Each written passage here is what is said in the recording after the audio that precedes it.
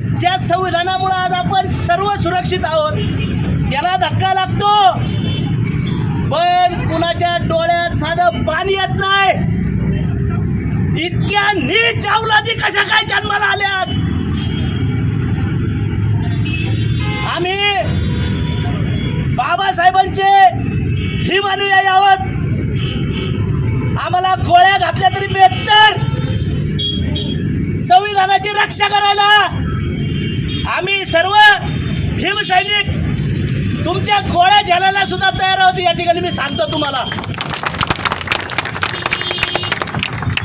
आज आमच्या समाजातले लक्षात घ्या, एक आवर्जून सांगावंसं वाटतं की बाबासाहेब आंबेडकर ही फक्त आता जात नाही राहिली, एक विचार बनलाय. LLBच्या 3ऱ्या वर्षात असणाऱ्या तरुणावर हल्ला होतो.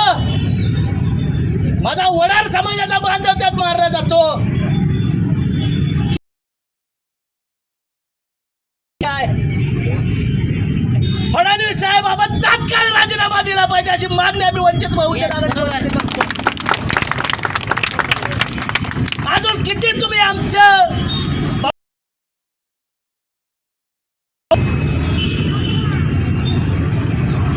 थोडी तरी लाज वाटून द्या. तुम्हाला आपलं सरकार आलं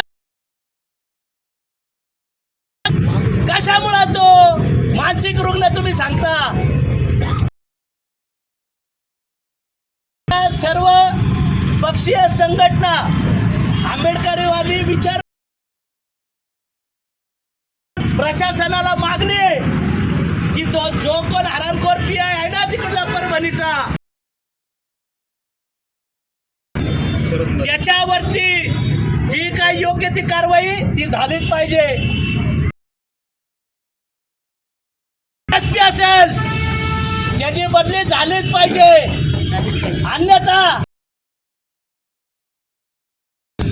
सर्व भीमानुयायी या घटनेचा उद्रेक होऊ शकतो. आम्हाला पूर्ण जाणीव आहे. आमचा समाज शांत ठेवण्याचा प्रयत्न करतोय. आम्हालाही माहिती आहे 1 जानेवारी जवळ आली. आम्ही कायदे पाळतो, परंतु कायदे फक्त आम्हालाच लागू आहेत का.